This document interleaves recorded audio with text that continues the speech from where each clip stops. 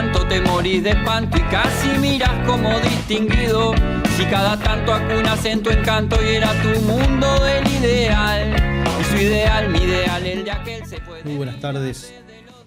Bienvenidas y bienvenidos a Último Bondi. Último Bondi es un programa producido por el colectivo Más Igualdad que promueve la reflexión política, el intercambio de ideas, la construcción de información con sentido para poder dar mejores discusiones. En el día de hoy vamos a continuar con un ciclo de ciencia y tecnología que ya inauguramos programas antes, con una visión más o menos general, y nos vamos a centrar sobre la cuestión agropecuaria vinculada a la ciencia, la tecnología y la innovación. Y para ello tenemos un invitado que voy a pasar a presentar. El programa de hoy lo vamos a titular Hacia un Uruguay agrointeligente.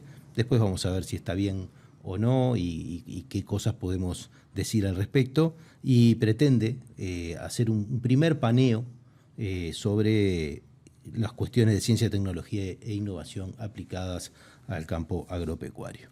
Nos acompaña hoy Miguel Sierra. Miguel es ingeniero agrónomo por la Universidad de la República, es doctor en tecnología de alimentos por la Universidad Politécnica de Valencia, España.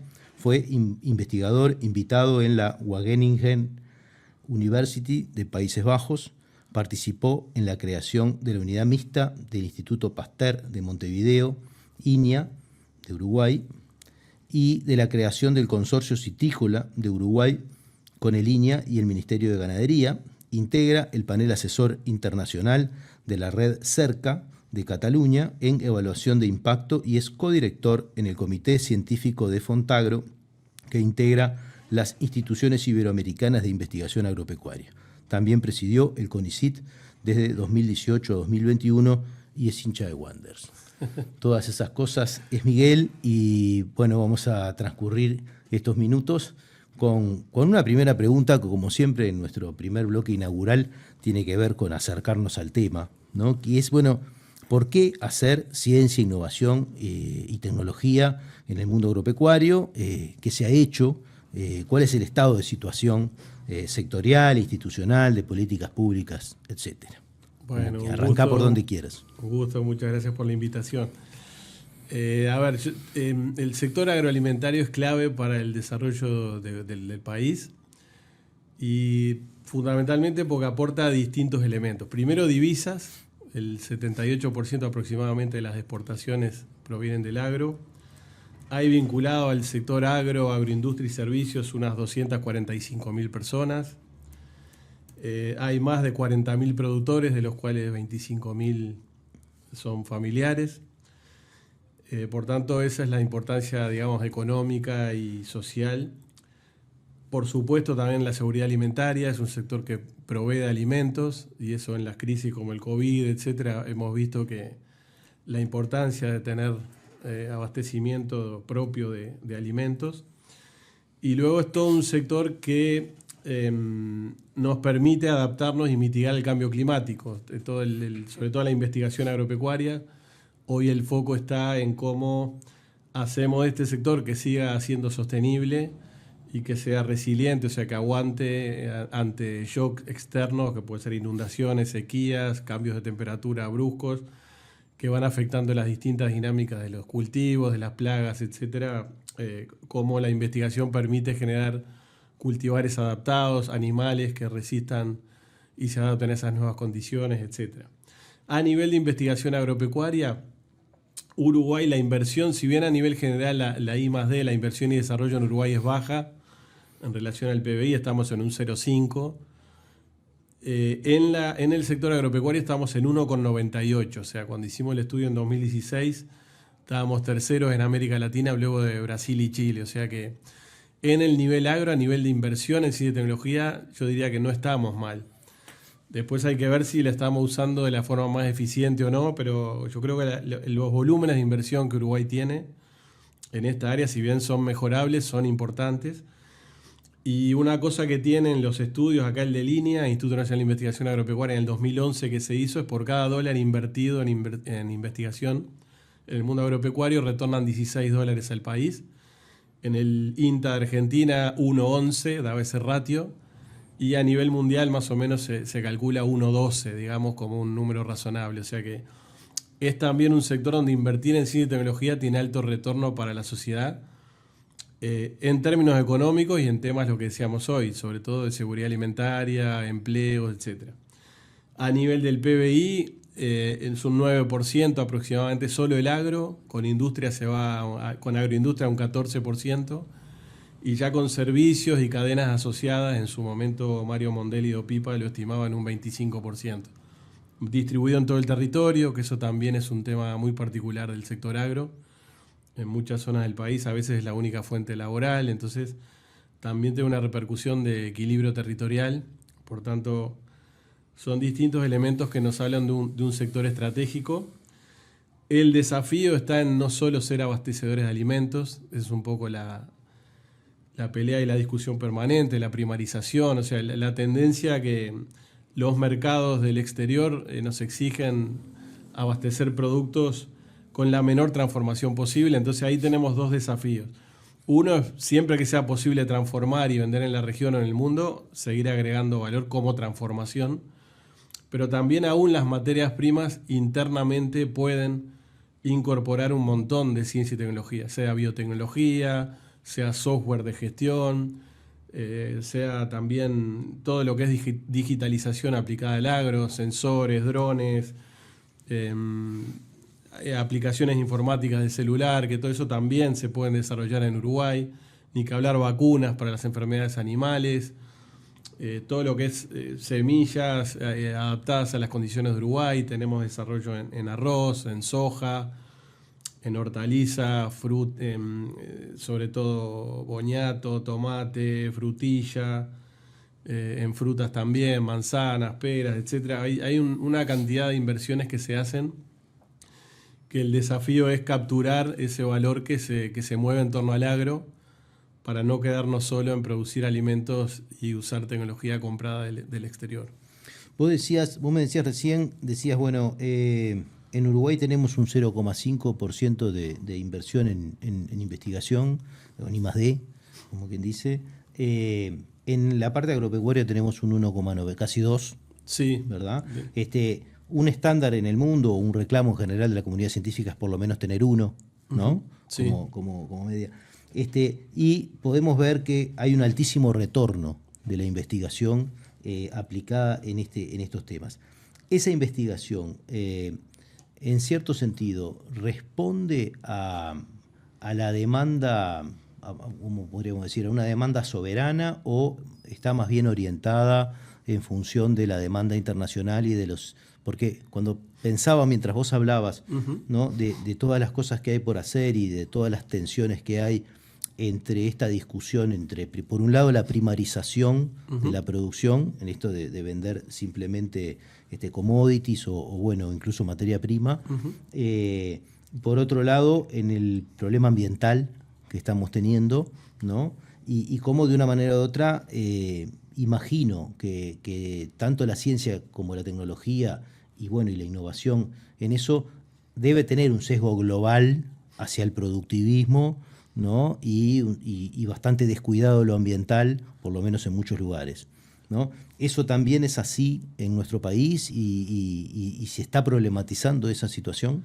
Correcto, yo te diría que se está problematizando. Históricamente los institutos de investigación como el mío de línea surgieron en el contexto de la Revolución Verde, tanto en América Latina como en Uruguay, quizá un poquito más tarde en Uruguay, en líneas del 80 y pico, pero ya venía del CIAB y de otros institutos, y todos los institutos de investigación agropecuaria estaban muy influidos por la Revolución Verde, que el foco era lo que tú decís, productividad, más kilos de trigo, más kilos de maíz, más kilos de carne, etcétera. Sobre todo era más mejoramiento vegetal en un inicio.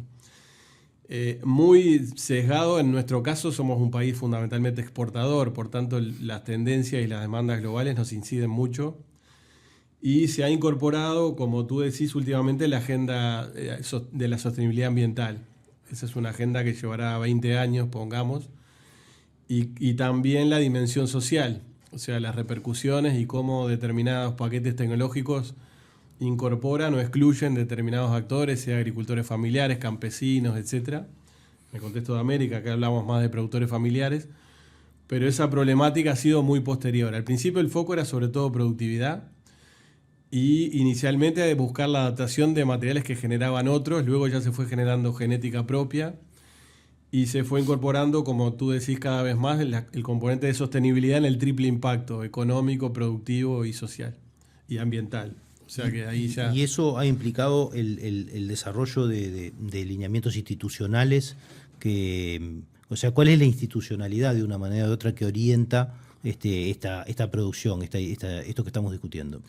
Y ahí tenemos un tema, o sea, los actores grandes en investigación son el Instituto Nacional de Investigación Agropecuaria y la Universidad de la República.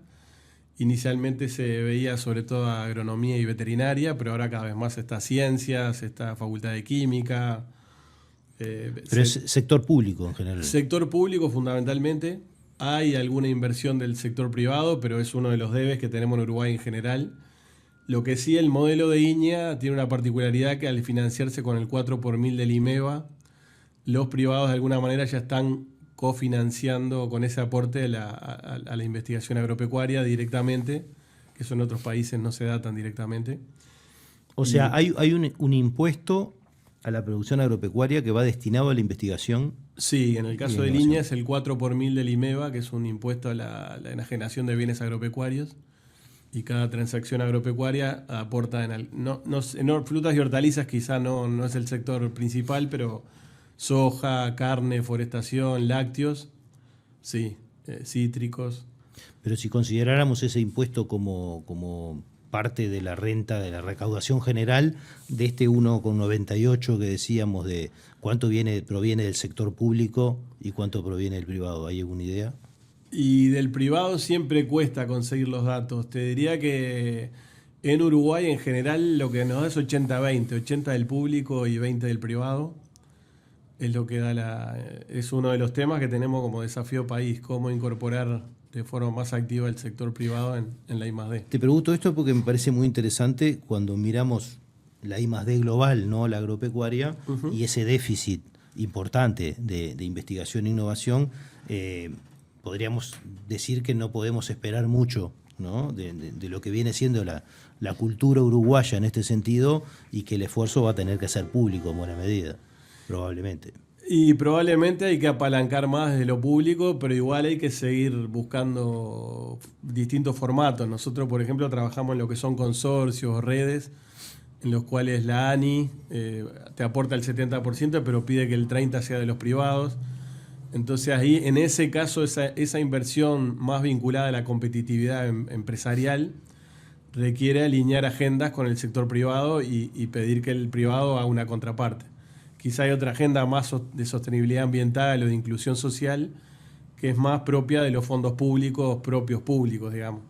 Pero toda la agenda competitiva tenemos que intentar de que el sector privado se involucre más. Y esta inversión tiene alto retorno, apertura de mercado, eficiencia de procesos, diferenciación de productos. Es global, no es solamente una cuestión vinculada a la biotecnología, sino a todo el modelo de negocio. A todo el modelo, sí. A todo el modelo. ¿Y eso es distinto en el resto de los países de la región, por ejemplo? Y ahí depende. En ese ensayo ya te decía, en ese estudio nos daba que Brasil, Chile y Uruguay a nivel de porcentaje de inversión eran los que estaban más altos. Pero no, te digo en esta composición público-privado. Y ahí habría que analizar. A ver, creo que tan desbalanceado como nosotros, pocos lugares.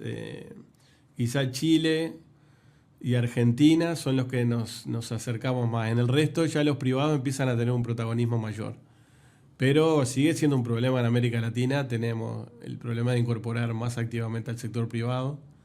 Históricamente o ha sido rentista o no ha visto en la inversión en ciencia y tecnología una fuente de retorno y de competitividad, excepto en algún nicho específico, pero no es un sector que se caracterice por invertir en esto con visión de negocio sostenible, digamos. Muy bien. Bueno, vamos a cerrar este primer bloque con esta primera aproximación a este asunto, y volvemos en el segundo bloque para desarrollar un poco las distintas avenidas de la ciencia, la tecnología y la innovación que Miguel me contaba mientras preparábamos el programa, a los efectos de conocer un poco de qué se trata esta idea de aplicar ciencia, tecnología e innovación a la producción agropecuaria. En un minuto volvemos en el segundo bloque de Último Bondi.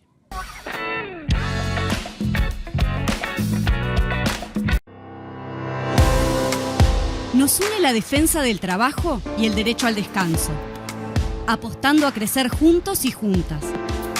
Nos une la memoria y una historia de lucha que llevamos con orgullo.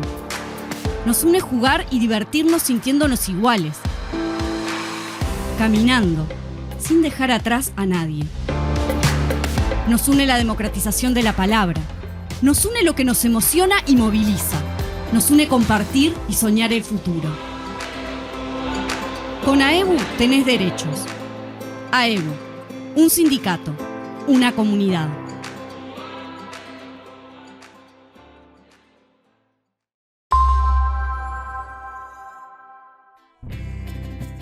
Todos los jueves a las 20 horas por la pantalla de UCL, Macondo, programa periodístico sobre la actualidad latinoamericana. Ina Afinogenova, Marco Teruggi y Leandro Grille analizan los temas más importantes de la política regional. Los esperamos.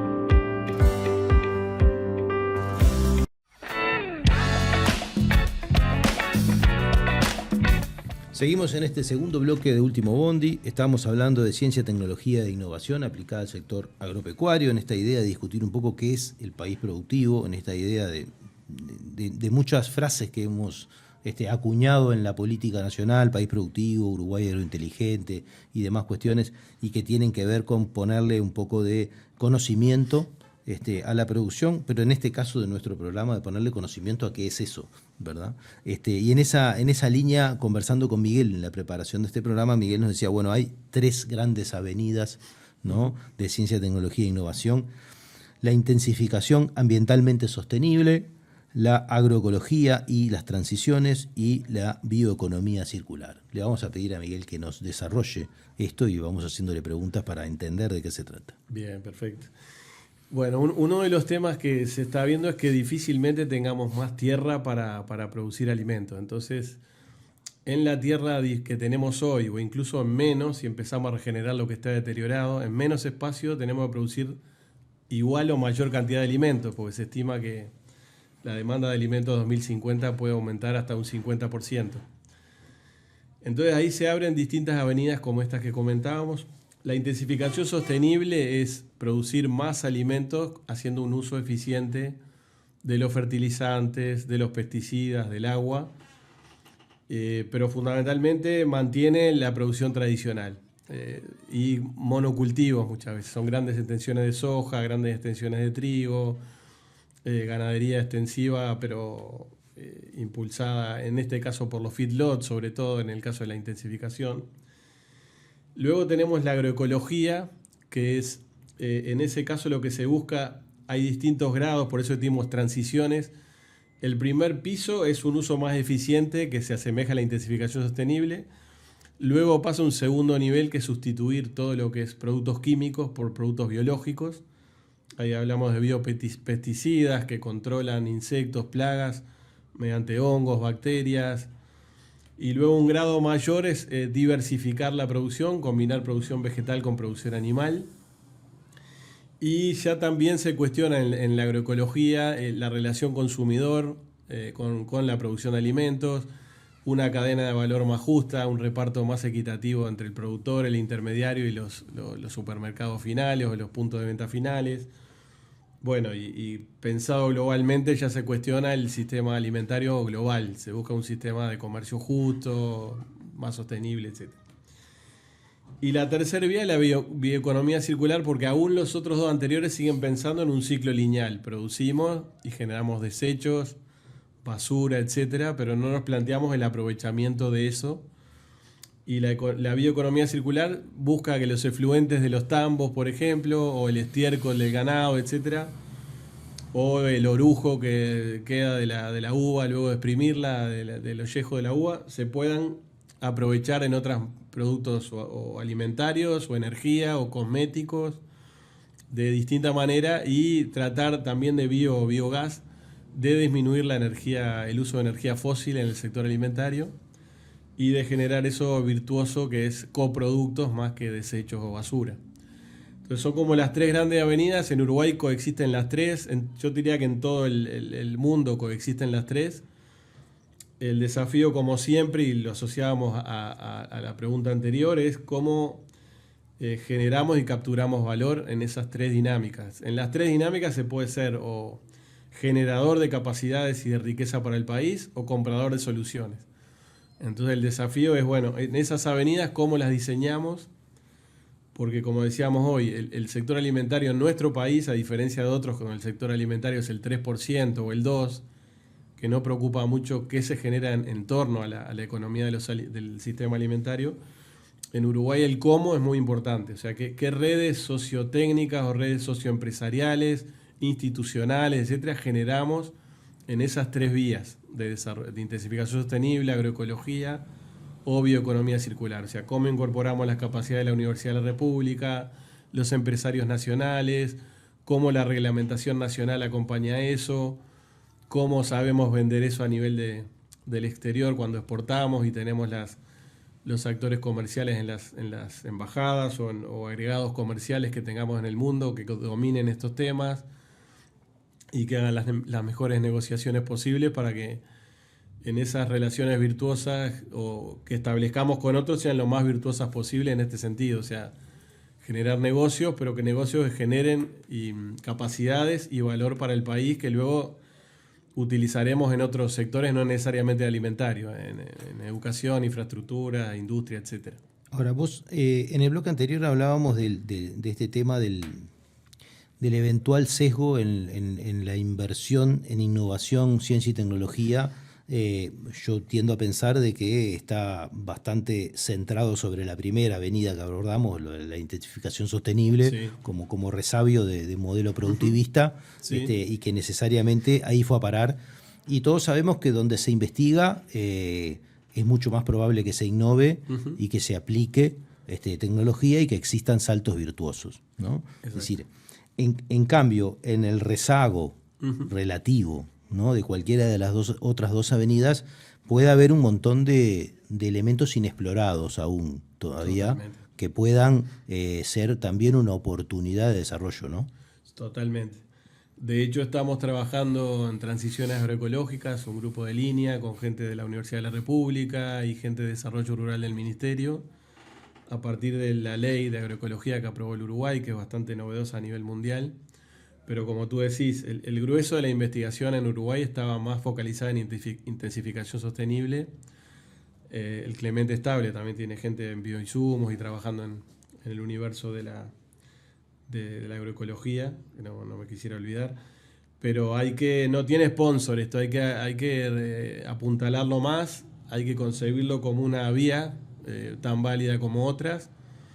Generalmente lo que se dice que de la agroecología no alimentaría el mundo, pero la pregunta es, la intensificación sostenible tampoco está alimentando el mundo. Tenemos problemas de hambre hoy. Y de reparto. De accesibilidad y reparto, o sea que no es solo producir alimentos, sino también cómo distribuimos la riqueza y la gente accede a los alimentos. Vos decías recién de que en esto de producir alimentos, en la escala que producimos nosotros, importa el cómo. Sí. ¿No? Y ahí me preguntaba yo, porque evidentemente vivimos en una sociedad que está en medio de una crisis de integración social, por decirlo de alguna manera, con un problema distributivo importante y creciente, agudizado por la aplicación de ciencia, tecnología e innovación sobre determinadas áreas, y evidentemente sobre la ausencia de eso. Claro. Y además con algunas cuestiones de valores, problemas de valores, ¿no?, y de orientación social que no ayudan, como quien dice, porque mientras sea la acumulación el único objetivo de la humanidad y el crecimiento por sí y demás, va a ser muy difícil atender otros temas emergentes. Entonces, en ese marco, ¿podría uno pensar de que de la mano de la racionalidad de la primera avenida, por decirlo de alguna manera, de la intensificación sostenible, exigiendo lo ambientalmente sostenible, o desde la promoción de la agroecología y sus transiciones y de la bioeconomía circular, podríamos estar ante una oportunidad de generación de empleo significativo?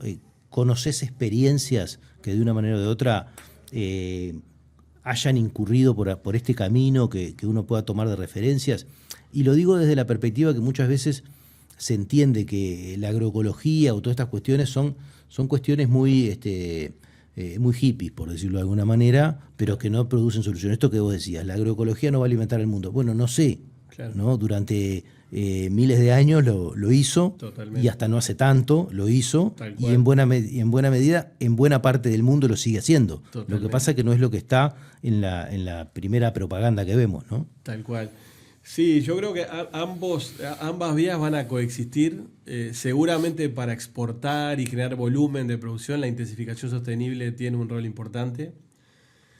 La agroecología creo que la podemos vincular más a lo que es agricultura familiar, subsistencia y también mercados urbanos y suburbanos, que hay experiencias en Rosario, en Brasil hay también, en Europa.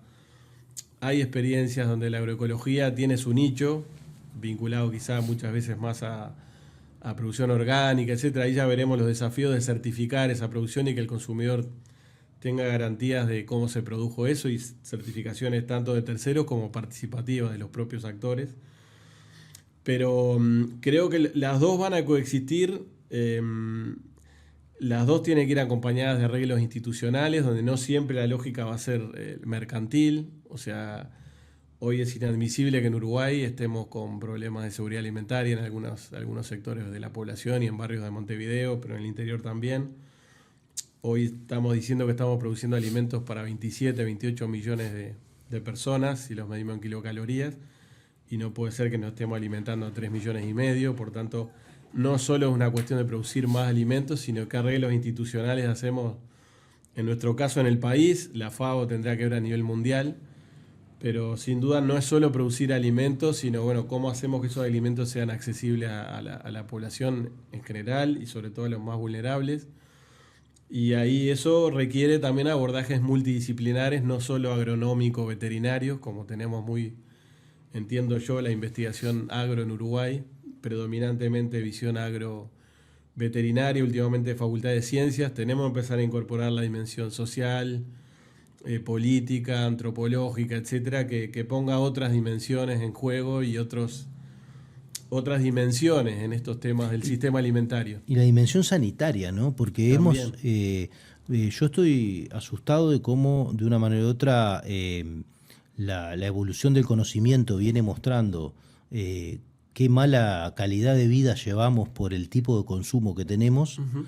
Y cómo siguen existiendo estas batallas terribles por ejemplo, el etiquetado de alimentos. Claro. O cosas por el estilo que parecerían ser básicas, ¿no? O sea, una cosa mínima de que el ciudadano esté lo más informado posible, ¿no? Entonces, cuando uno descubre que existen fuerzas, ¿no?, que intervienen incluso en el sistema político con la pretensión de que el ciudadano no esté lo más informado posible, uno se empieza a preocupar de decir, bueno, ¿no? ¿Qué sistema nos está gobernando, ¿no? Porque esas cosas después, yo creo que, no sé si vos tenés alguna novedad al respecto, pero me da la impresión de que no está contabilizado el daño, uh-huh, por decirlo de alguna manera, en el sistema sanitario, por ejemplo, claro, ¿no? Creo que no, y ponés el dedo en la llaga en un tema bien importante. Hoy en Uruguay, y te diría que en el mundo, ya el sobrepeso y la obesidad pasó a ser un tema. Por eso se habla de malnutrición, que incluye desnutrición y esto que genera el sobrepeso y la obesidad, fundamentalmente por consumo de alimentos excesivos, con exceso de azúcar, de grasas y de sal, muy fuertemente marketingado por la industria alimentaria, y que todas las leyes que han buscado etiquetar han tenido serias resistencias, pero sí o sí entiendo que es el camino. Hay que informar al ciudadano, al consumidor de lo que estamos consumiendo, y a todos nos ha pasado que de alguna manera a veces tomamos conciencia al ver tantos hexágonos con excesos de algunos alimentos que no éramos conscientes de realmente los ingredientes dañinos para la salud que contemplaban. Entonces me parece que es un derecho que como ciudadanos y como sociedad exijamos que se etiqueten los alimentos. Y es un tema. O sea, el sistema alimentario, algunos hablan de un sistema alimentario roto por justamente problemas en la producción, en la distribución y en el consumo. Estamos generando un sistema alimentario que está produciendo, por un lado, obesidad y por otro lado, bolsones de hambre en el mundo. O sea, que el sistema alimentario como está no está funcionando adecuadamente y eso requiere... ¿Y eso hay buenas experiencias hechas en otros países sobre este tipo de regulaciones o es una cosa que recién está empezando en el mundo? Para nosotros es una novedad reciente. Para nosotros es novedad, en Chile creo que también estaban, en Argentina, pero en todos los lugares aparecen enseguida los lobbies potentes de la industria alimentaria que ponen frenos, limitación al etiquetado y críticas, etcétera, pero entiendo que la comunidad científica ahí se tiene que parar firme y todo lo que es acá la gente que trabaja en nutrición en la UDELAR, etcétera, me consta que ha hecho muy buenas argumentaciones en favor de por qué es necesario el etiquetado. ¿Y existen algunas corrientes? He escuchado hablar de algunos programas de FAO, tipo la política del kilómetro cero, del consumo cercano, de la producción fresca, por decirlo de alguna manera. Y ese tipo de cosas, ¿entendés que pueden tener una perspectiva de desarrollo a nivel nacional? Digo porque hoy hablabas de un atributo que tiene lo agropecuario, que es su descentralización, ¿verdad? Pero a veces es paradójico que la descentralización productiva no necesariamente es una descentralización comercial, claro, ¿no? Y existen enormes procesos de centralización, ¿verdad?, que después vuelven a ser un camino inverso, logístico, ¿no?, con un montón de costos. Y no necesariamente estamos comiendo lo que estamos produciendo cerca. Creo que de ahí tenemos todo un trabajo para hacer. Sí, los circuitos cortos que se habla, me parece que en Uruguay, en la región, en América tenemos mucho para hacer. También se habla de ciclo de vida, o sea que tenemos que contemplar todo el ciclo de producción de alimentos, la energía que utilizan en la distribución, también en la producción, porque se ha visto que a veces circuitos cortos en Europa son mucho más contaminantes que traer la producción de nuestros países producida en sistemas pastoriles abiertos o en campo natural. Entonces hay que ver la ecuación en general global y creo que nosotros en América tenemos que combinar las dos cosas, el desarrollo de circuitos cortos y también la exportación en largas distancias, tratar de que los barcos o las vías que utilicemos sean en lo posible con energía lo más natural posible, el menor uso posible de energía fósil, pero también los mercados de consumo muchas veces están distantes de nuestros países. Entonces es una combinatoria y no siempre los circuitos cortos son más virtuosos que los largos. Hay que estudiar con cada caso. Y es caso a caso. Ir caso a caso y hacer esto del ciclo de vida. Realmente cuánta energía demandó esa producción de alimentos cercana o lejana y ver en nuestro caso si hay posibilidad de que eso se revierta la huella ambiental lo máximo posible para que el impacto ecológico sea el menor. Nos fuimos de este segundo bloque, nos quedó algo de bioeconomía circular con la que vamos a arrancar el tercer bloque y ya hablar un poco del futuro y de qué ideas podemos trabajar a futuro, qué pensar, en qué está pensando la gente que trabaja en esto, qué ideas podés traernos vos y tirarnos como para seguir pensando esta idea de cómo hincarle el diente desde el punto de vista político a la cuestión de la ciencia, la tecnología y la innovación en lo agropecuario. En un minuto seguimos con el tercer bloque de Último Bondi.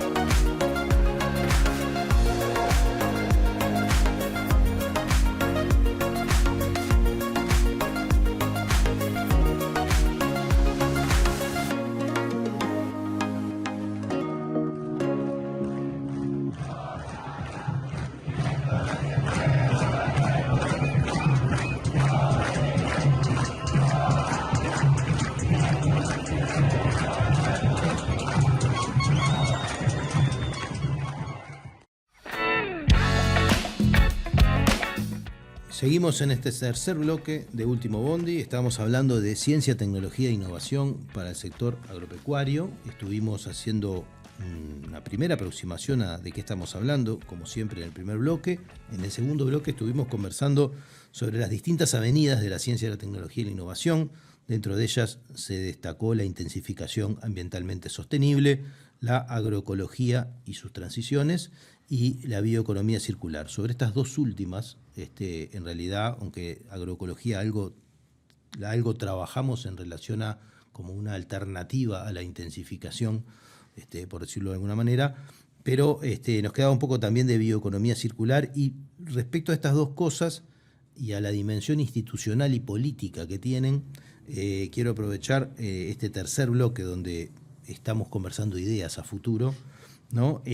Preguntar sobre la necesaria institucionalidad y estímulos en las políticas públicas para el desarrollo de estas dos cosas, de estas dos, en cierto sentido, novedades, ¿no? Si uno lo mira desde el punto de vista civilizatorio, bueno, algunas no son novedades porque es recuperar, ¿no? En particular, claro, la agroecología es recuperar algo que quedó tapado por la Revolución Verde como una forma improductiva o poco productiva, cuando en realidad se ha recurrido y se recurre a ella en buena parte del mundo, ¿no? Exacto. Y esta idea de la bioeconomía circular, que también es hija del gran espiral de contaminación que generó el modelo productivista a nivel mundial en las últimas décadas, que ha acelerado esta idea, que también está presente en la historia de la civilización, de reciclar, ¿no? Y no tirar todo y seguir contaminando. Sí. Desde esta perspectiva, bueno, las ideas que quieras traer, tanto presentes como a futuro, y en particular me parece particular énfasis en esta idea de decir, ¿qué se puede hacer desde la política con estas cosas, ¿no? ¿Qué le podemos pedir a la política que piense, que resuelva, que proponga? Bien. Lo primero me parece una idea a compartir es que hay señales de agotamiento del modelo de un uso intensivo de insumos. Está apareciendo, por un lado, el tema de costos, los márgenes de los productores son cada vez menores, y están apareciendo malezas resistentes, malezas y plagas que se vuelven resistentes ante tanta aplicación de químicos. Por tanto, o sea, resistente a todo, como que resistente a todo, claro, le seguís echando, cada vez le echás más, eso encarece más la cantidad de productos químicos que estás echando y los márgenes cada vez son menores y no solucionás los problemas porque la biología se adapta, es parte de la selección a volverse resistente. A nivel de agroecología, lo que tenemos en Uruguay es el campo natural. Tenemos 2/3 del país, es campo natural, que son pasturas, el bioma Pampa que se llama, que incluye Argentina, parte de Uruguay y parte de Río Grande do Sul, de Brasil. Por tanto, ahí tenemos que y ahora sé que hay una ley, en el Parlamento se está discutiendo de conservación y tratamiento del campo natural para favorecer todo lo que es ganadería extensiva, sobre todo producida de forma pastoril. Entonces ahí tenemos todo un trabajo para hacer. Creo que Campo Natural se reivindicó hace unos 8 o 10 años, pongamos. Antes estaba como fuera de la jugada, era un atraso, se veía como atrasado todo eso. Ahora ya se está revalorizando como un componente ecológico importante y un distintivo del país. Por tanto, ahí tenemos todo un trabajo educativo para hacer. Me parece que es uno de los temas de política en la formación ya de primaria, secundaria, ni que hablar universidad. Tenemos que reivindicar el tema de lo ecológico, lo ambiental y lo social de forma más importante. Históricamente, como decíamos, y yo soy agrónomo de esa generación, era producir más alimentos con un uso súper intensivo de químicos. El suelo era como un sustrato inerte, ahora hay toda una preocupación por la vida en el suelo, la calidad del suelo, todo el tema social. Y ahí también tenemos un debe en Uruguay que hay que fortalecer, que es toda transferencia de tecnología y extensión rural, que es un área que las políticas públicas tenemos que abordar y fortalecer esos actores, porque la ciencia no llega sola por ósmosis a que los productores y las familias rurales, las mujeres rurales, sepan de estas tecnologías, las soluciones tecnológicas y cómo aplicarlas, aún las que son muy ecológicas, como la gestión del consumo de pasto por los vacunos. Requiere también formación y ver cómo llevar el ciclo del pasto acompañado al ciclo de los animales para que no haya desfasaje y sobreuso de ese pasto que genera, que se llama sobrepastoreo, compactación del suelo, después falta de alimento en otras fases del ciclo del animal. Por tanto, requiere que eso se fortalezca en las políticas de formación. Hay un sector muy importante en Uruguay que creo que es clave, que es el sector cooperativo. En el mundo agrario me parece que ahí hay que fortalecer al sector cooperativo. Creo que ahí debería incorporar 2 variables importantes. Una es todo el tema sostenibilidad y certificación de lo que hace a nivel ambientalmente. Y otro, todo el componente de digitalización. Me parece que hay toda unas nuevas herramientas y capacidades que genera la digitalización, internet, robótica, sensores, aplicaciones informáticas, etcétera, que con cabeza, con criterio y bien conducidas y poniendo a la persona en el centro, debieran ser herramientas cada vez de mayor uso en el mundo agropecuario, complementando las capacidades humanas. Después todo el tema de bioinsumos, me parece que Uruguay tiene un potencial de generar todo lo que son biopesticidas, bioestimulantes, que en definitiva es en forma de spray o de polvo, generar productos naturales que hagan el control que hasta ahora estaban haciendo los químicos. Y ahí en Uruguay creo que hay capacidades importantes en la Universidad de la República, en el INIA, en el Clemente Estable. Nos falta fortalecer el tejido empresarial. Ahí tenemos que desarrollar de mejor manera todo lo que son los bioemprendimientos, los bionegocios con componentes científicos. Ahí seguramente haya que capacitar nuevos actores y complementar las capacidades de los científicos más de laboratorio con gente que tenga más visión de empresa. También vincularse a las políticas públicas a través de las compras públicas, que en las compras públicas fortalezcamos el sector que produzca de forma más sostenible.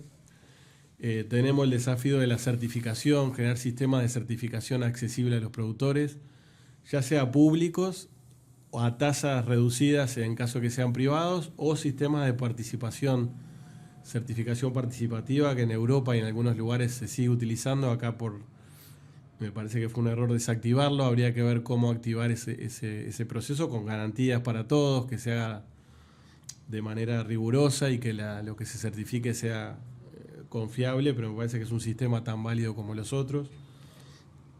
Fortalecer todo lo que es los bienes públicos en clave del siglo XXI. Bueno, ¿qué hoy son los bienes públicos que precisamos? En su momento Uruguay, creo que la trazabilidad vacuna accesible a todos los productores fue un mensaje importante.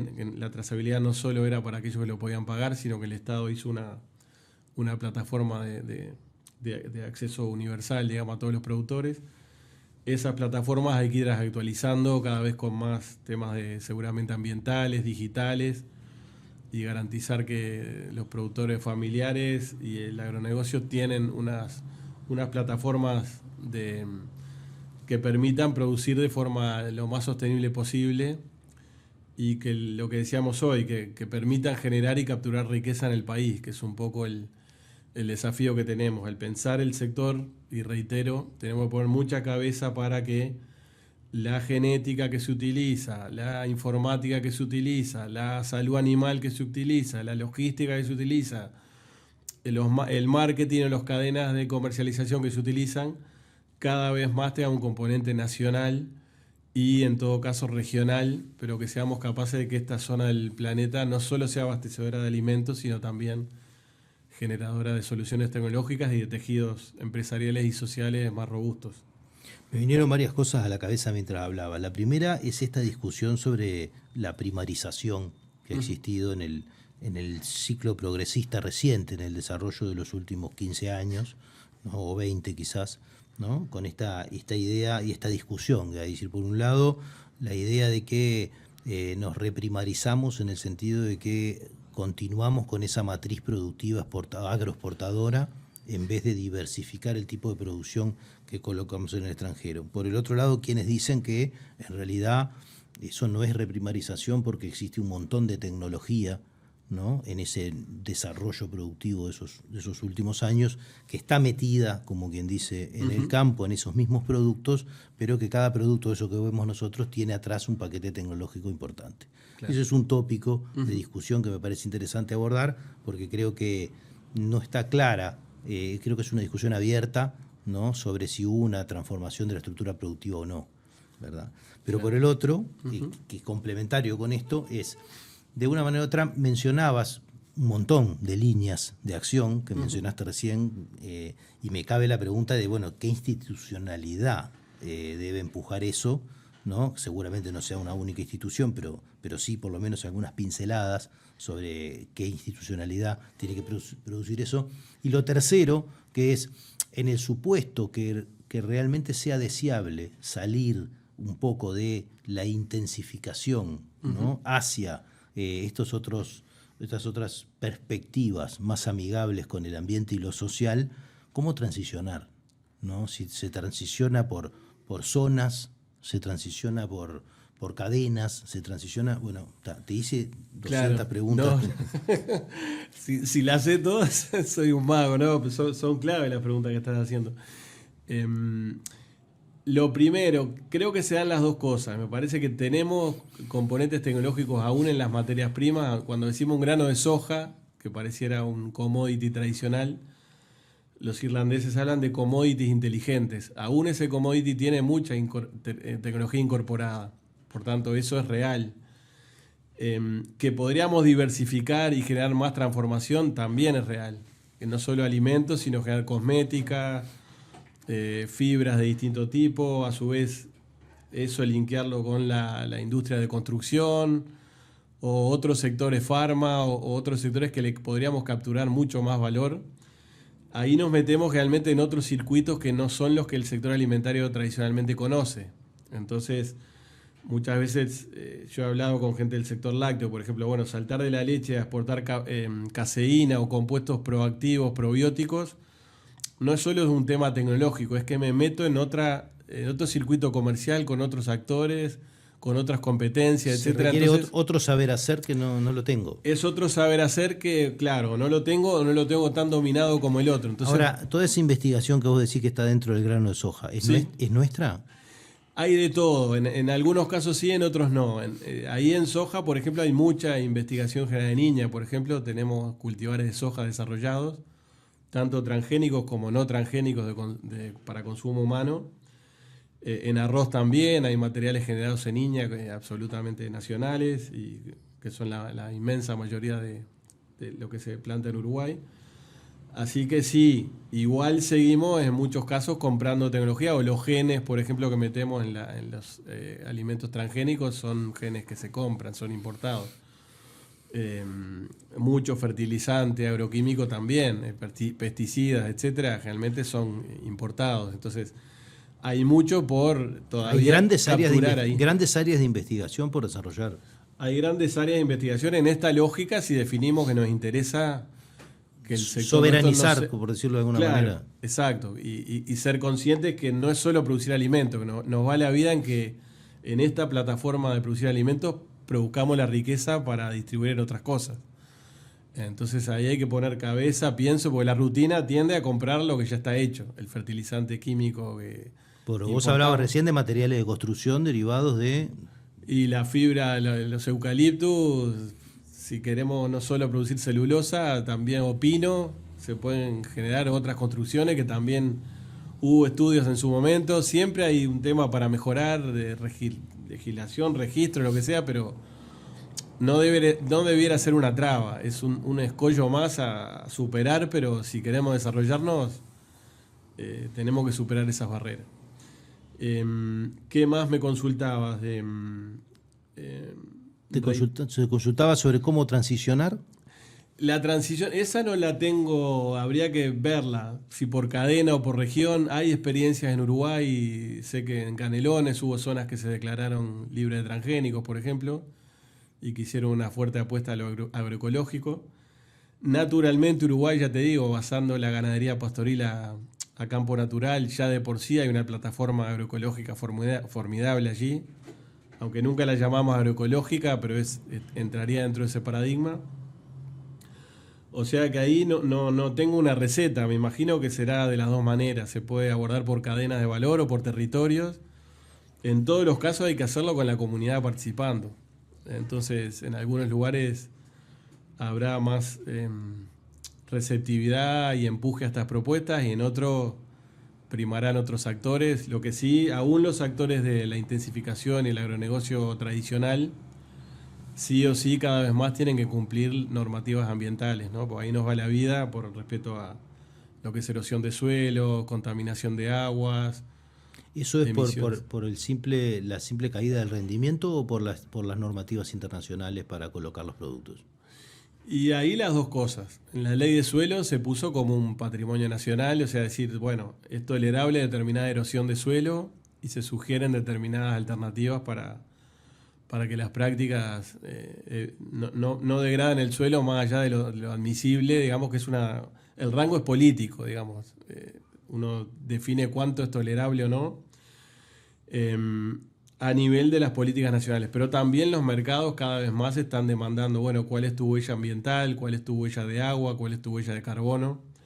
Entonces, los mercados mismos también están limitando qué tipo de producciones son admisibles o no en lo ambiental y en lo social. Respetaste las leyes laborales, qué productores participaron acá, qué ingresos tuvieron esos productores, si fue un ingreso digno o no. Eso hay muchas cadenas de supermercado que lo piden y mucha normativa internacional que lo está pidiendo. Así que bueno, ahí te metiste en la última pregunta, que era la institucionalidad para esto, por decirlo de alguna manera. Correcto. Bueno, ahí me había quedado. Ese es un temón. Yo creo que tenemos que repensar la institucionalidad que tenemos. Creo que hay actores que sí tienen que estar. Ministerio de Ganadería, Agricultura y Pesca, Ministerio de Ambiente, Ministerio de Industria. Creo que hay que fortalecer esos actores. Me parece que se han debilitado. Hay que fortalecer sus cuerpos técnicos, profesionalizarlos, hacer nuevas contrataciones, equipos multidisciplinares en todos esos ministerios que permitan un abordaje integral. A nivel de toda la institucionalidad agropecuaria de institutos, me parece que hay que poner un pienso y ver si lo que tenemos es lo que precisamos y ver cómo podemos readecuar a estas nuevas necesidades. Ahí está el INEA, Instituto Nacional de la Leche, está el Instituto Nacional de Semillas, está el Instituto Nacional de la Carne, el Secretario Uruguayo de la Lana, el Instituto Plan Agropecuario, que es el que haría más la extensión en ganadería. Yo creo que ahí tenemos que ver si la institucionalidad que tenemos es la que, sin duda, es la que precisamos, pero hay que fortalecerla y capaz que reestructurarla. Ahí tenemos que dar puede haber demasiados una discusión. Sí, sobre todo el mundo cambió. Esta institucionalidad seguramente se hizo en otro momento histórico. Ahora están todos estos temas que hablamos hoy, los temas ambientales, los temas biotecnológicos, los temas de los bionegocios, los temas de las dimensiones sociales, los temas éticos, legales, que también es necesario que nos demos un pienso. La tecnología hay que ponerla también en cuestionamiento y no toda la tecnología es positiva y genera un impacto beneficioso. La experiencia en el mundo ha demostrado que hay tecnologías que generan impactos negativos, por tanto hay que dar espacio a reflexionar, a debatir, y no se puede llevar en caja negra las soluciones tecnológicas, hay que abrirlas al debate. Y bueno, en el mundo todo lo que son aspectos éticos, legales, sociales, están en casi todos los institutos, se abren espacios de reflexión con filósofos, con antropólogos, con sociólogos. Eso en Uruguay también lo tenemos que desarrollar, y la tecnología de por sí no tiene patente de buena, digamos. Bueno, Miguel, creo que dejaste un montón de cosas arriba de la mesa para seguir pensando. Me quedo un poco con esta idea de que producimos alimento, por lo menos en términos de calorías, para 27, 28 millones de personas, y tenemos gente que no está comiendo. Y que realmente hay un montón enorme de cosas para hacer, que además muchas de ellas podrían ser generadoras de empleo, de calidad y de valor, ¿no? Y que todo eso tiene un poco que ver con poder ponernos de acuerdo en una agenda en la cual va a haber que invertir. Seguramente no tenga frutos de un día para el otro, pero quizás sí sea una política pública de largo plazo de las que cualquier país precisa, ¿no? En un mundo que además, de una manera o de otra, en algunas cosas nos podría estimular a cambiar también por las reglas de juego que vienen imperando. Bueno, vamos a tener que seguir conversando de estas cosas que realmente han sido muy, muy nutritivas. Muchas gracias, y nosotros nos vemos el próximo martes en otra propuesta de Último Bondi. Buenas noches.